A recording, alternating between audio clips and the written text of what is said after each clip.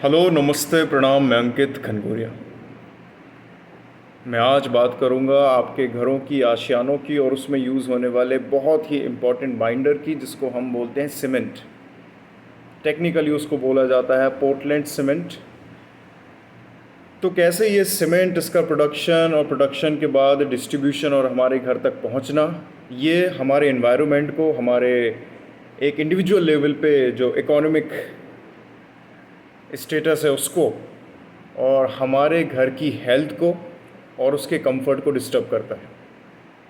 Cement modern day engineering का बहुत बड़ा इन्वेंशन है। ब्रिजेस बनाना, कमर्शियल बिल्डिंग्स, इंफ्रास्ट्रक्चर, देश को इंटीग्रेट करना, जोड़ना, इसके लिए सीमेंट बहुत ही अच्छा ऑप्शन है। रीज़न बीइंग कि जो इसका अल्टरनेट है अपना चूना या लाइमस्टोन या स्लेट लाइम, उसके कंपैरिजन में इसका बाइंडिंग कैपेसिटी, स्ट्रेंथ और सेटिंग टाइम बहुत कम है। तो हाई स्ट्रेंथ, कम सेटिंग टाइम, इस कारण से सीमेंट को कमर्शियल प्रोजेक्ट्स के लिए ज़्यादा यूज़ किया जा रहा है। और आज का हाल ये है कि कमर्शियल प्रोजेक्ट और गवर्नमेंट प्रोजेक्ट को छोड़ के हम अपने इंडिविजुअल घर भी सीमेंट से ही बना रहे हैं। इमेजिन करिए सिचुएशन पे कि भारत में 145 करोड़ लोग रहते हैं और तकरीबन अगर एक घर में 5 लोग रह रहे हैं तो 35 से 40 करोड़ मकान हैं। तो ये 35 से 40 करोड़ मकान बनाने के लिए सिर्फ एक बाइंडर का यूज़ किया जा रहा है, वो है सीमेंट। तो समझते हैं सीमेंट का प्रोडक्शन कैसे होता है। सीमेंट एक्चुअली कैल्शियम, एल्यूमिनेट और सिलिकेट से बनता है। इसमें क्ले मिक्स किया जाता है, जिप्सम मिक्स किया जाता है और स्ट्रेंथ के लिए कुछ अदर मेटल्स और मिनरल्स ऐड किए जाते हैं। बट सीमेंट प्रोडक्शन में एक सबसे बड़ा प्रोसेस होता है, that is clinkering, mother clinkering. इस प्रोसेस में सीमेंट को तैयार करने के लिए एनर्जी की ज़रूरत होती है, उसको हीट किया जाता है।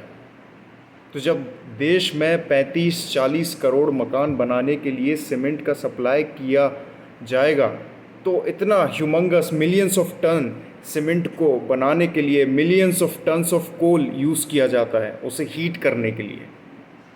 तो मतलब सीमेंट का प्रोडक्शन होने से पहले ही multiple millions of tons of coal use किया जाता है हीट एनर्जी प्रोड्यूस करने के लिए, सीमेंट को हीट करने के लिए, उसको फाइनली एक स्ट्रेंथ देने के लिए।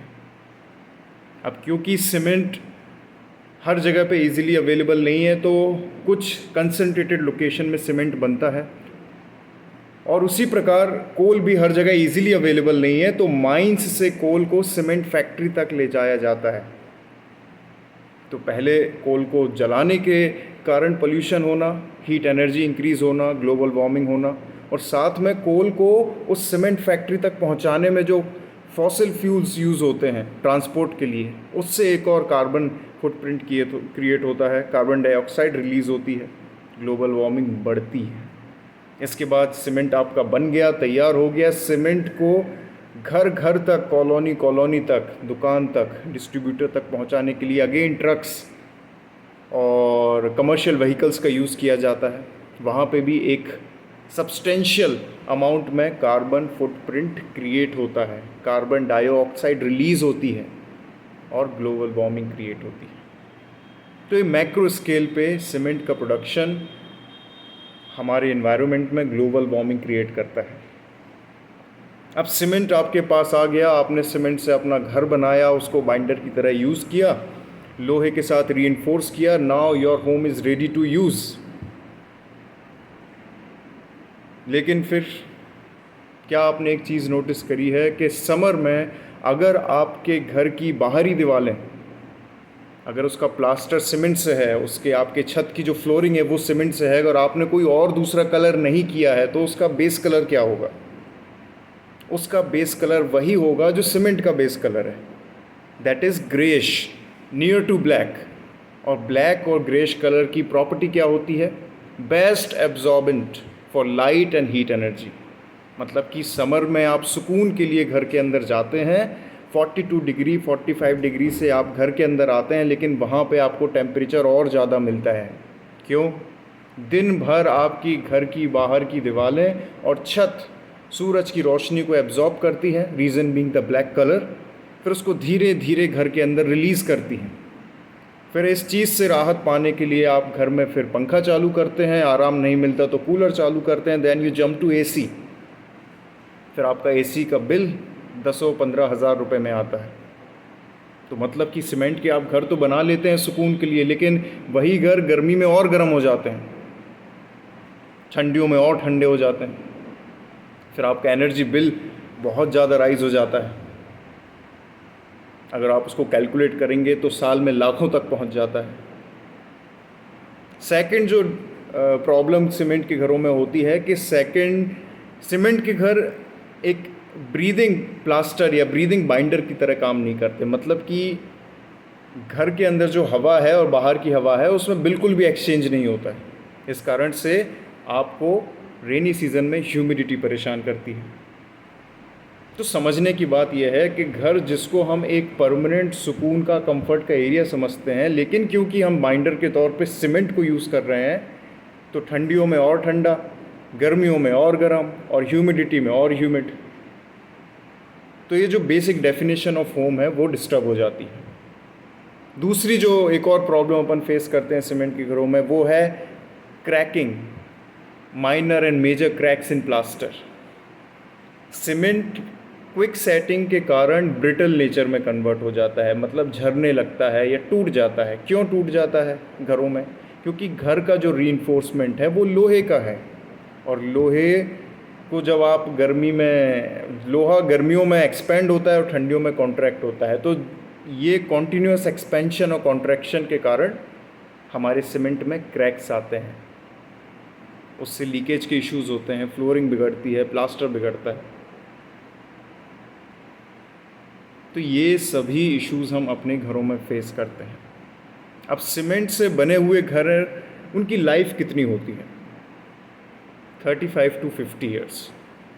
मतलब जिस घर को आप सोच रहे हैं कि वो आने वाली 3 जनरेशन के लिए सिक्योर्ड है, वो हार्डली आपके लिए ही बस जीवित रहेगा, और आपके बाद दूसरी जनरेशन को पास ऑन करते ही उसमें रिपेयरमेंट या फिर रिकंस्ट्रक्शन की ज़रूरत पड़े। तो सीमेंट का यूसेज कमर्शियल प्रोजेक्ट्स में या ह्यूज इंफ्रास्ट्रक्चर में अच्छा है, ये एक इंजीनियरिंग मार्वल है। लेकिन इंडिविजुअल लेवल पे हर घर को जब हम सीमेंट से बनाते हैं तो एक मैक्रो स्केल पे जो इन्वायरमेंटल इम्पैक्ट होते हैं, ग्लोबल वार्मिंग होती है, वो तो हम क्रिएट कर ही रहे हैं। साथ में सीमेंट से बने हुए घर, उनकी लॉन्जिटिविटी कम है, उनमें बहुत सारे प्रॉब्लम्स हैं, और एक जो comfort of temperature and climate होता है वो नहीं आ पाता है। तो इसका अल्टरनेट क्या है? इसका अल्टरनेट है natural resource, that is lime, चूना, लाइमस्टोन या स्लेक्ड लाइम। तो स्लेक्ड लाइम और चूना से बने हुए जो घर होते हैं, एक तो वो एक ब्रीदेबल प्लास्टर है, मतलब कि आपके घर की हवा और बाहर की हवा एक्सचेंज होती रहती है अगर आपके घर का प्लास्टर चूना बेस्ड मोर्टार से है, लाइम बेस्ड मोर्टार से है। सेकंड, ठंडी और गर्मी में टेम्परेचर को कंट्रोल करता है, क्योंकि चूने का बेस कलर वाइट है। गर्मियों में वो बाहर के टेम्परेचर में 12 to 15 डिग्री का डिफरेंस क्रिएट करता है। क्यों? क्योंकि चूने का बेस कलर वाइट है। White is the best reflector for heat and light energy. चूने की एक और ख़ासियत है कि चूने से बने हुए घर का जो प्लास्टर है वो फ्लेक्सिबल है, मतलब कि अगर आपका रीइंफोर्समेंट लोहे का है तो कॉन्टीन्यूअस एक्सपेंशन कॉन्ट्रैक्शन से आपका जो प्लास्टर है, जो आपकी फ्लोरिंग है, वो क्रैक नहीं होगी। तो एडवांटेजेस चूने में बहुत हैं। अब अपन बात करते हैं लाइफ स्पैन। तो चूने का जो लाइफ स्पैन है अभी तक देखा गया है 500+ ईयर्स का। एक तरफ आपके पास सीमेंट है, द ग्रेइश पोर्टलैंड सीमेंट, जिसकी लाइफ 35 to 50 ईयर्स है, and on the other hand you have white, naturally available, cheap, easy to access and easy to procure slaked lime, चूना, जिसकी लाइफ 500+ ईयर्स है। अगर आप इसको स्टोन बेस्ड घर में बनाते हैं तो उसकी लाइफ 2000 ईयर्स प्लस हो जाती है। एग्जाम्पल्स आपके पास बहुत सारे हैं, राजस्थान के घर हैं, बहुत सारे फोर्ट हैं। तो ये क्लियरली एविडेंट है कि अगर कमर्शियल प्रोजेक्ट्स और इंफ्रास्ट्रक्चर को छोड़ दिया जाए तो इंडिविजुअल लेवल पे घर बनाने के लिए जो एडेशन के लिए अपन बाइंडर यूज़ करते हैं, वहाँ पे चूना, लाइम बेस्ट ऑप्शन है इन्वायरमेंटली भी, क्योंकि ये कोई भी कार्बन फुटप्रिंट क्रिएट नहीं कर रहा है अपने प्रोडक्शन में, क्योंकि ये नेचुरली अवेलेबल है और इकोनॉमिकली भी बहुत वायबल है। घर की लॉन्जिटिविटी बढ़ती है, एक एस्थेटिज्म आता है। तो इतने सारे बेनिफिट्स के साथ हम अपने घर का बाइंडर चूने के तौर पे सिलेक्ट कर सकते हैं। आई होप आपको ये छोटा सा नॉलेज सेक्शन अच्छा लगा होगा। थैंक यू, धन्यवाद।